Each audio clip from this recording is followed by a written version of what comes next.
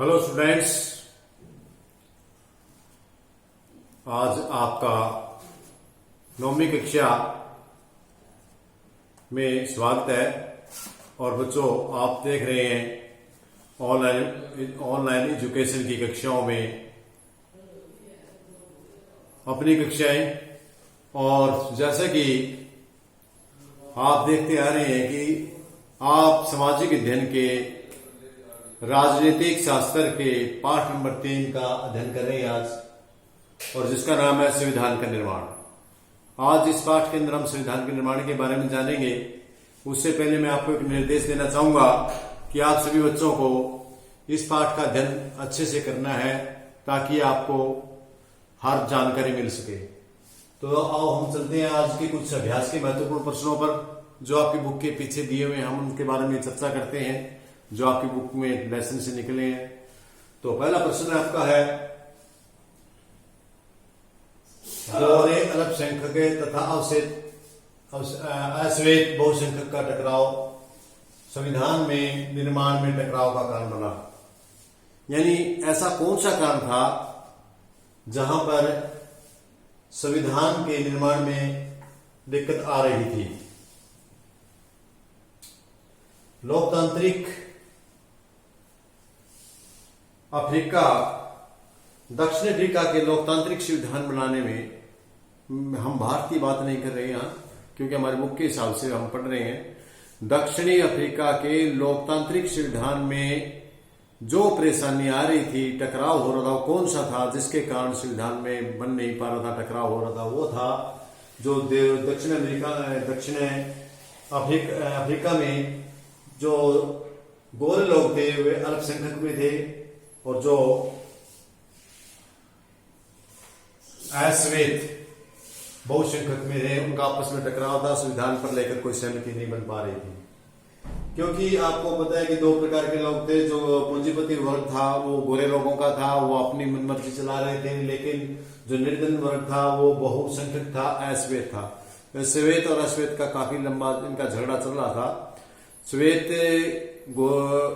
लोग गोरे लोगों को कहते थे और अश्वेत काले लोगों को कहा जाता था। तो जब संविधान बन रहा था तो इसमें एक कारण आ रहा था, टकराव हो रहा था, क्योंकि जो काले लोग थे वे बहुसंख्यक में थे और गोरे लोग थे वे अल्पसंख्यक में थे। ये अपने अनुसार संविधान का निर्माण करना चाहते थे, या अपने अनुसार, लेकिन बहुसंख्यक काले लोग थे, तो इसलिए संविधान में टकराव हुआ।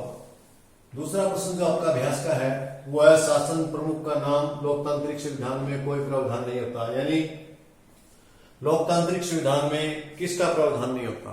आपसे प्रश्न इस प्रकार पूछा जा सकता है ऑप्शन टाइप में भी और छोटे प्रश्नों में भी, कि लोकतांत्रिक संविधान में किसका प्रावधान नहीं रहता? तो उसमें आपका शासन प्रमुख का नाम है, इसका कोई प्रावधान नहीं है कि शासन में आप किसी का नाम नहीं दे सकते कि ये फलाना प्रमुख रहेगा। संविधान में ऐसी कोई चर्चा नहीं है कहीं पर कि हमारा शासन प्रमुख कौन होगा, वो जनता पर डिपेंड करता है। अगला हमारा जो तीसरा प्रश्न है वो हमारा अभ्यास का है, संविधान निर्माण में भूमिका। जो कुछ व्यक्ति हैं, मैंने बताया, मोतीलाल नेहरू, इनकी क्या भूमिका है, B.R. अम्बेडकर की क्या भूमिका है, राजेंद्र प्रसाद की क्या भूमिका है, सरोजिनी नायडू की क्या भूमिका है, इनके बारे में बात कर रहे हैं संक्षेप में। जो मोतीलाल नेहरू है, इन्होंने क्या भूमिका रही संविधान के लिए? तो इनकी, मोतीलाल नेहरू ने 1928 में भारत का संविधान बनाया था। जो शुरू में संविधान बनाया वो किसने बनाया था? मोतीलाल नेहरू ने। इसके बाद आते हैं हम भीमराव अम्बेडकर। भीमराव अम्बेडकर संविधान सभा के सदस्य थे और अहम भूमिका इन्होंने संविधान बनाने में की थी। ज्यादा श्रेय संविधान का भीमराव अम्बेडकर को ही जाता है। आगे हमारा जो राजेंद्र प्रसाद है, इनका संविधान में क्या भूमिका रही? ये प्रारूप कमेटी होती है हमारी, उस कमेटी के अध्यक्ष चुने गए थे, अध्यक्ष बनाए गए थे, इनकी भी अहम भूमिका रही। और इसके बाद सरोजिनी नायडू, इन्होंने भी हमारे संविधान सभा के अम्बेडकर की तरह सदस्य थे, इन्होंने भी अपनी विशेष भूमिका निभाई। इसके बाद अगला प्रश्न हमारा है प्रश्न नंबर 4, संविधान सभा के मूल्य तथा अर्थ। जो कुछ बातें दी हमने, जैसे संप्रभु है, गणतंत्र है, बंधुत्व है और धर्मनिरपेक्ष है, क्या है? क्योंकि ये शब्द आपके बार बार चैप्टर में आए होंगे और आपने संविधान सभा में उसमें इनको जानना जरूरी है। तो हम कुछ प्रश्न करने से पहले इनके बारे में जान लेते हैं। सबसे पहले सहप्रभु क्या होता है? ये शब्द आपको नया नया लगा आपको। सहप्रभु फैसले लेने का सर्वोच्च अधिकार होता है, वो किसका होता है? जनता के पास होता है। ये सहप्रभु है। प्रभु सत्ता, जिसके पास ताकत है। और जो लोकतांत्रिक सरकार होती है उसमें किसी एक राज्य की सरकार नहीं होती, बल्कि वो किसकी सरकार होती है? जनता की सरकार होती है। जनता के द्वारा बनाए हुए सदस्य होते हैं, जनता की ही सरकार होती है, जनता उसमें राजा होती है। किसी विशेष आदमी का कोई पास अधिकार नहीं होते। सारे के सारे जो फैसले हैं उसका सर्वोच्च अधिकार है। सर्वोच्च अधिकार वो किसके पास है? आम पब्लिक के पास है, उनके पास है। क्यों है?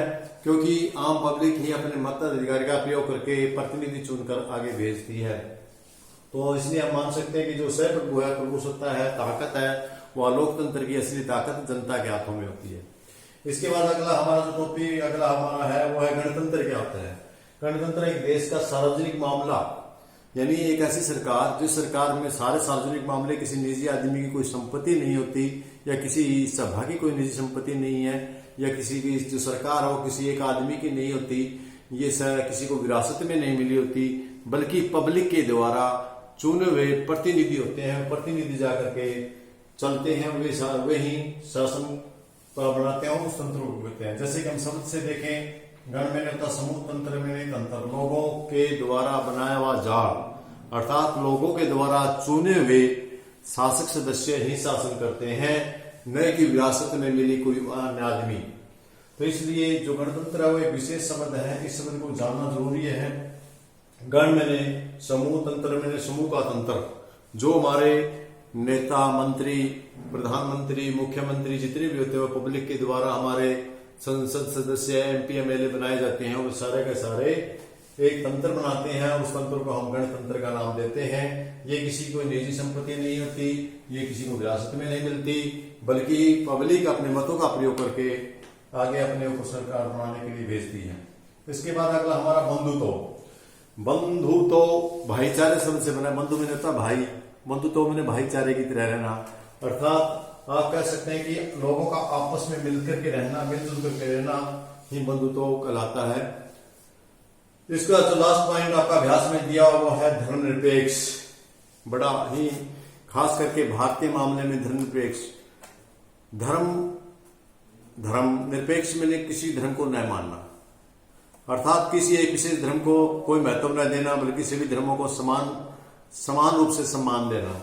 तो यानी सरकार किसी भी एक विशेष धर्म के अनुसार अपना काम नहीं करेगी, बल्कि सभी धर्मों का सम्मान करेगी।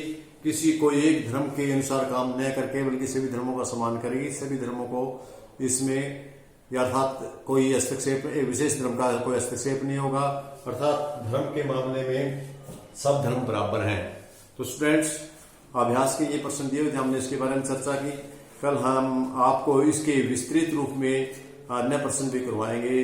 तो उसके लिए आपका जरूरी है कि आप एक बार टेक्स्ट बुक का लेसन है वो उसका मनन करें, अच्छी तरह से पढ़ें।